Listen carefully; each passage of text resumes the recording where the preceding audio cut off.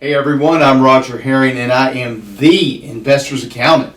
Welcome to my office in another edition of Ask Roger. I thought we would revisit an old video today. I was kind of going through some of the older ones we have on YouTube, and I found one that I did pre-COVID called Cost Segregation, the Good, the Bad, and the Ugly. Now, some people thought that I didn't like cost segregation because I said the good, the bad, and the ugly. I love cost segregation. In fact, I think it is the ultimate depreciation strategy, but you got to make it work for you. Now, I use it for one of two reasons. All right.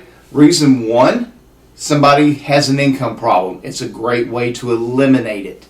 Or someone wants to convert traditional 401k or traditional IRA to Roth.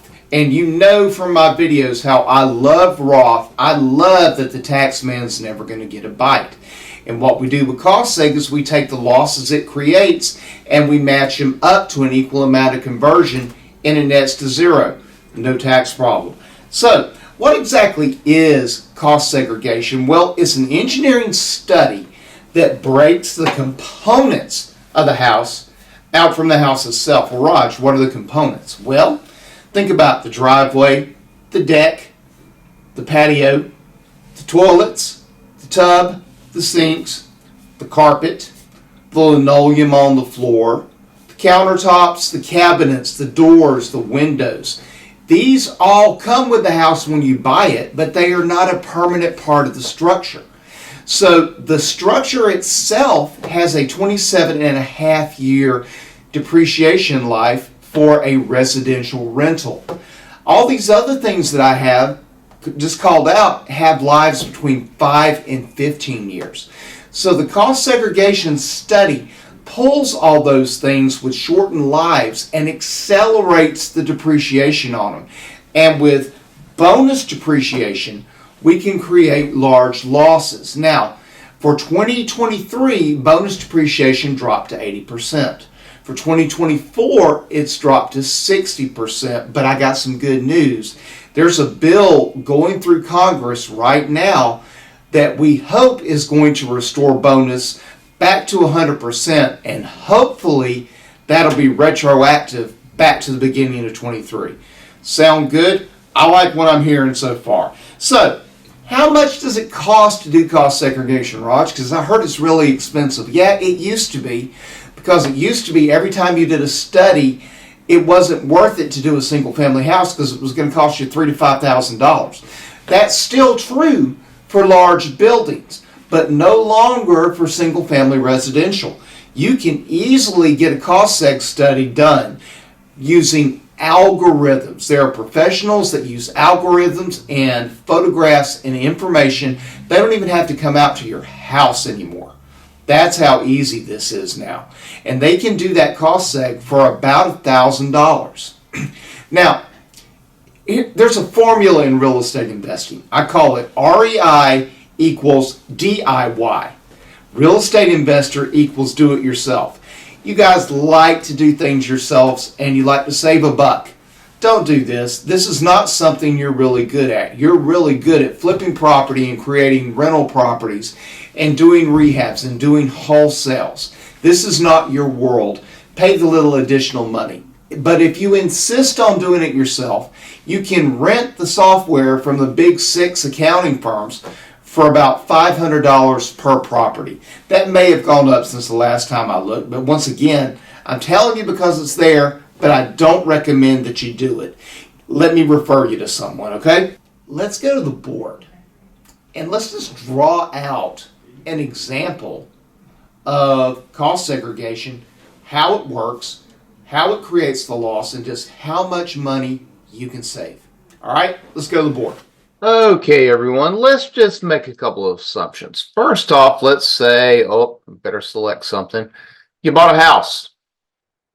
And this house, now there's the chimney, my horrible artwork here.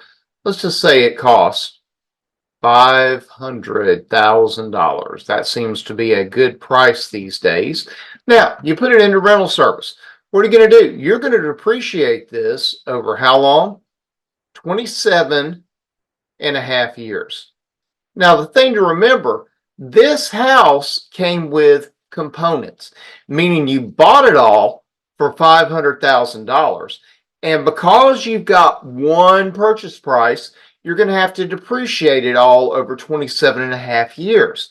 But this house has doors. This house has windows. This house has cabinets, countertops, carpet, linoleum, tubs, sinks, showers, toilets.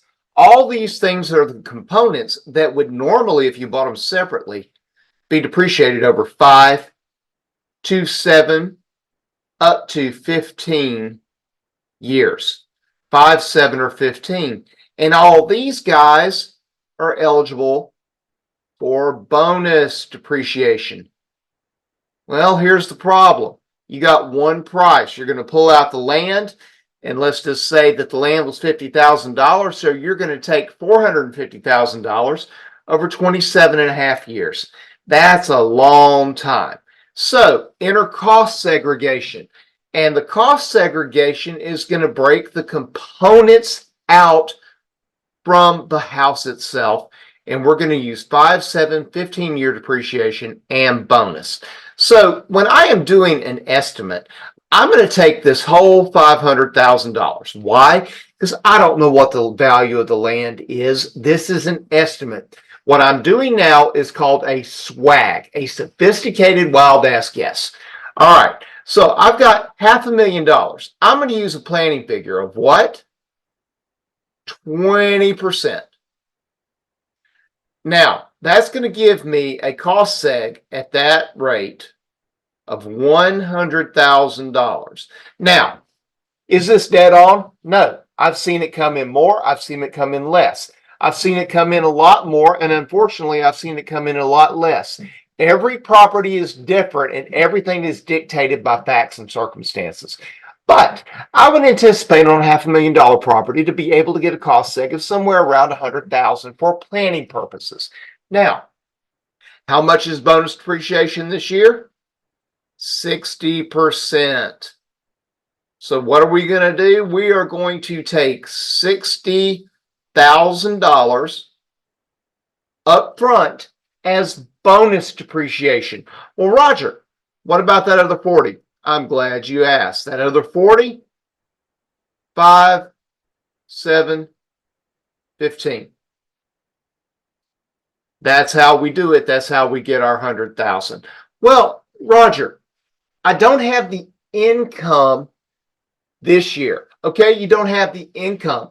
Do you have any traditional IRAs or traditional 401ks that we can take and convert $60,000, and we will offset the income created by that conversion with this $60,000 right here in bonus depreciation? No, Raj, not this year. I can't convert it yet. Okay, so we can hold on and we can use what I call the back pocket strategy. The back pocket strategy says I can buy a property and put it into service in 1 year, but I can do the cost seg and take the entire benefit in another year. So let's just assume that I had purchased a house, this house, in 2022, and I placed it in service in 2022. Well, in 2022, bonus depreciation was what? 100%. That means I could have taken that entire 100 grand. Let's decide I don't need that tax break until 2024. Under the back pocket strategy, I can do the cost segregation in 2024 using the law that was in place in 2022. So I get 100% bonus depreciation in 2024, and I can take the entire benefit in 2024. I don't have to amend anything. I can take it on my 2024 return. Well, I got one more strategy I want to teach you about. This strategy is FROG.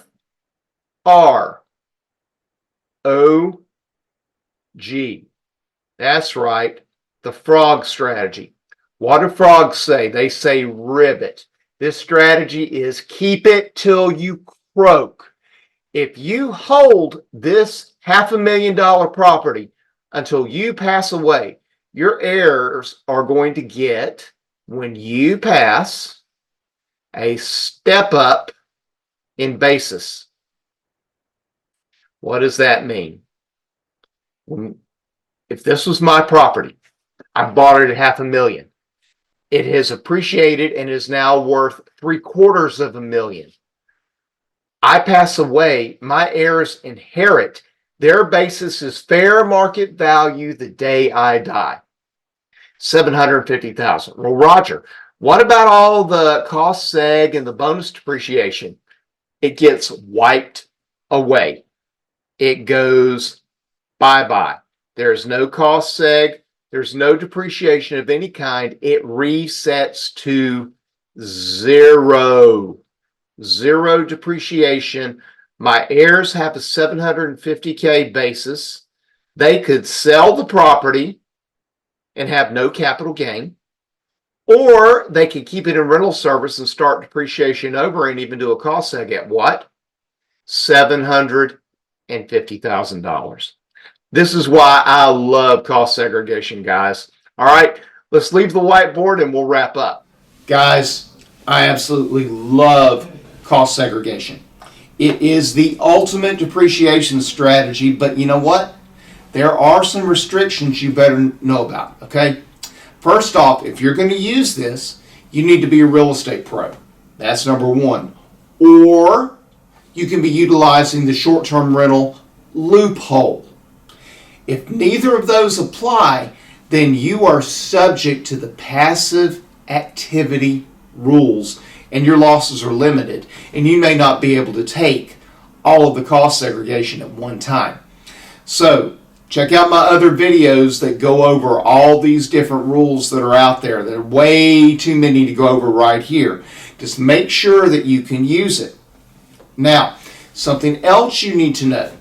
When you do cost segregation, you change the code section that your recapture is done under. Now, Roger, what's recapture? Anytime you depreciate a property, when you sell the property, the depreciation is recaptured. If it's what we call Section 1250 unrecaptured gain, meaning 27.5-year depreciation, then it's going to be recaptured at a discounted rate of 25%. Okay, instead of, if you're in the 32, it'll be at 25.